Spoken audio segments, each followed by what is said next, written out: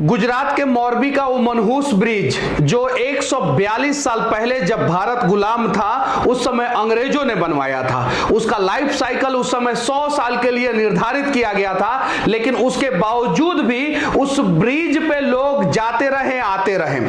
कुछ दिन पहले यानी आज से लगभग 6 दिन पहले 25 अक्टूबर को फिर से उसका मेंटेनेंस करके दोबारा खोल दिया गया। जब यह ब्रिज बनाया गया था उस समय इसका लागत था सिर्फ और सिर्फ 3.5 लाख रुपया और मेंटेनेंस इसका 2 करोड़ रुपया में किया गया। मेंटेनेंस जिस कंपनी ने किया उस कंपनी को जो है उस ब्रिज के रख रखाव का जिम्मेवारी जो है 2037 तक दे दिया गया। उस ब्रिज पे सिर्फ और सिर्फ 100 लोग चढ़ सकते थे और जिस समय हादसा हुआ ऐसा कहा जा रहा है कि ब्रिज पे 500 से 700 लोग थे।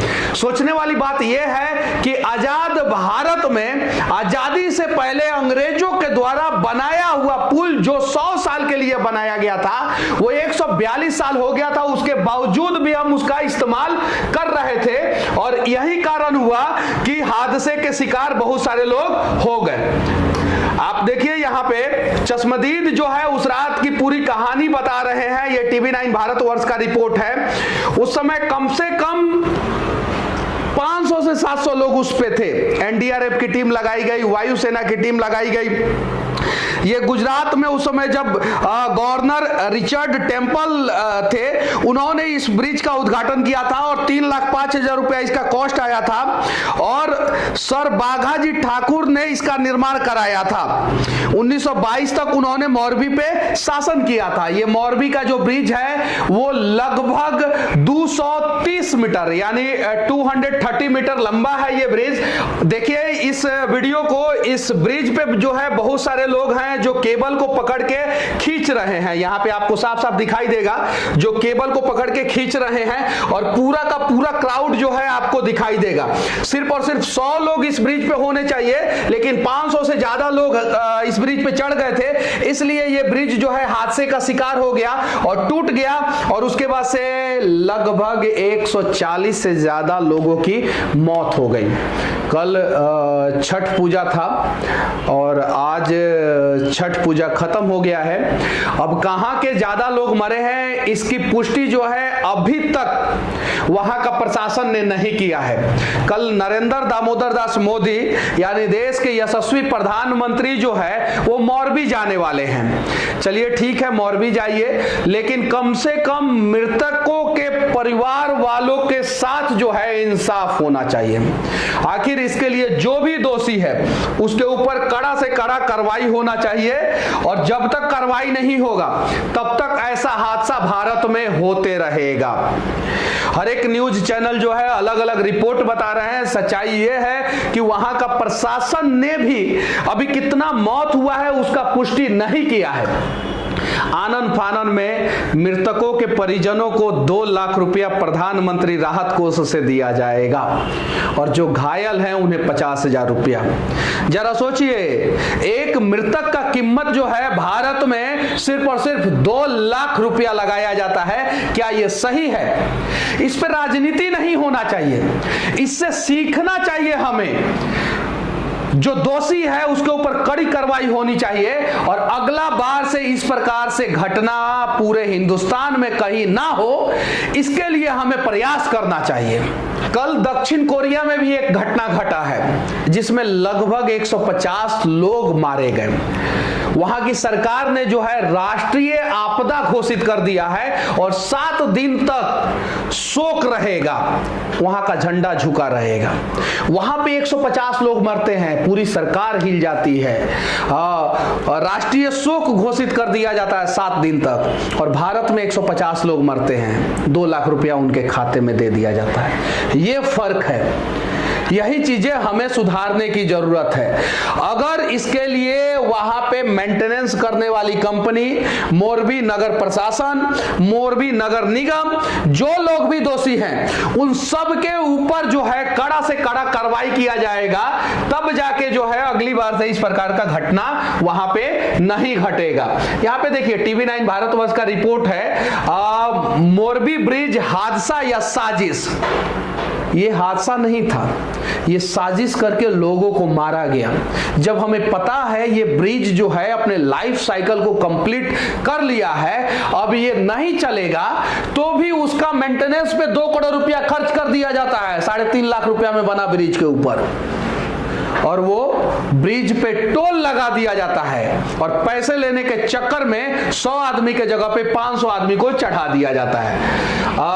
ये अमर उजाला का रिपोर्ट है। 132 लोगों ने गंवाई जान। मेंटेनेंस कंपनी के खिलाफ एफआईआर हिरासत में ले लिए गए हैं। लेकिन एफआईआर के बाद होगा क्या? 304 धारा लगाया गया है। जो गैर इरादतन हत्या होता है उसमें कुछ नहीं होगा। 2-4 महीना बाद, 5 महीना बाद, 6 महीना बाद ये लोग निकल जाएंगे। एबीपी न्यूज का रिपोर्ट है, आप देखिए ध्यान से। गुजरात के मोरबी में रविवार को फंक्शनल पुल के गिरने से करीब 141 लोगों की मौत हो गई है। 100 से ज्यादा लोग घायल हैं। 141 लोगों के परिवार वालों के खाते में 2-2 लाख रुपया डाल दिया जाएगा। बहुत बड़ा एहसान किया जाएगा। और जो 100 से ज्यादा लोग घायल हैं उनके खाते में 50-50 हजार रुपया। जरा सोचिए, यहां पे साफ साफ लिखा हुआ है हादसे के वक्त ब्रिज पर 500 से 700 लोग थे। अब सवाल ये उठता है कि इस ब्रिज में ऐसा क्या था कि इतनी बड़ी संख्या में लोग एक साथ जमा हुए, जबकि इस पुल की क्षमता 100 लोगों की थी। हम आपको बता रहे हैं कि इस पुल से जुड़ी तमाम जानकारी, मतलब ये एबीपी का रिपोर्ट है। 100 लोगों की क्षमता वाले ब्रिज पे 500 से 700 लोग चढ़ जाते हैं। आनंद फानन में राष्ट्रपति ट्वीट करती हैं, प्रधानमंत्री ट्वीट करते हैं, वहां के गुजरात के सीएम वहां पे पहुंच जाते हैं, नरेंद्र मोदी जी कल पहुंचने वाले हैं। और घोषणा क्या किया जाता है? जो घायल लोग हैं उनके खाते में 50-50 हजार रुपया डाला जाएगा, और जो मृतक है उनके परिजनों को 2-2 लाख रुपया दिया जाएगा। क्या ये सही है? कब तक हादसों का शिकार भारत में आम लोग होते रहेंगे?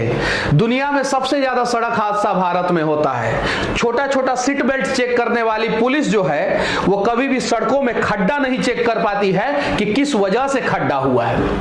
हेलमेट चेक करने वाला प्रशासन जो है कभी भी ये चेक नहीं कर पाता है कि जो सड़कें बन रही है उसमें कितना भ्रष्टाचार हुआ है। जरा सोचिए, अगर यही सिविल इंजीनियर ने ही बनवाया होगा इस पुल को, और इसी सिविल इंजीनियर लोगों को मैं कुछ बुरा भला बोल देता हूं तो बहुत सारे लोगों को बुरा लग जाता है। अब 141 लोगों के मौत के लिए जिम्मेवार कौन है? इस देश में जितना भी हादसा होता है, सड़क हादसा हो या पुल क्लैप्स हो या बिल्डिंग क्लैप्स हो, उसमें सबसे ज्यादा देश के लोगों की, आम लोगों की, मजदूरों की, गरीबों की मौत होती है। और उसके लिए सबसे ज्यादा दोषी जो है हमारे भारत के सिविल इंजीनियर होते हैं। तो कम से कम सिविल इंजीनियरों से विनती है कि इस प्रकार की गलती ना करें, क्योंकि इस पुल को जो है पहले ही रिजेक्ट कर देना चाहिए था। 141 साल पुराना ये पुल ऑलरेडी हो चुका था, और अंग्रेजों के समय में 19वीं शताब्दी में ये पुल बनाया गया था, और अभी 21वीं शताब्दी है, और अभी भी इस पुल पे जो है 100 लोगों के जगह पे 500 लोगों को चढ़ा दिया गया था। बस गुजरात के मुख्यमंत्री से मैं विनती करना चाहता हूं, देश के प्रधानमंत्री से मैं विनती करना चाहता हूं कि आप लोग जो है इंसाफ कीजिए और कुछ ऐसा नया नियम बनाइए ताकि जो है आगे से इस प्रकार का हादसा जो है भारत के किसी भी कोने में ना हो। भारत जोड़ो यात्रा पे निकल चुके राहुल गांधी से विनती करना चाहता हूं कि आप भारत जोड़ लेना, लेकिन एक बार मोरबी पहुंच जाओ। आप इस देश के सभी नेताओं से मैं विनती करना चाहता हूं कि एक बार मोरबी आप लोग पहुंचे, उस हादसा को देखें करीब से और अपने अंदर सुधार करने का प्रयास करें। कुछ दिन पहले झारखंड में केबल ब्रिज हादसा हुआ था, उससे हम लोगों ने क्या सीखा? कुछ नहीं सीखा। अगर हम लोग सीख लिए होते इस प्रकार के हादसों में किसी अमीर का, बड़े व्यक्ति का, बिजनेसमैन का, नेता का, बड़े अधिकारी का मौत नहीं होता, हमेशा आम आदमी मरते हैं। तो विनती है कि आम लोगों की जिंदगी का कीमत सिर्फ और सिर्फ 2 लाख रुपया आप लोग ना लगाएं। हो सके तो कुछ प्रयास करें कि आगे से इस प्रकार का हादसा ना हो।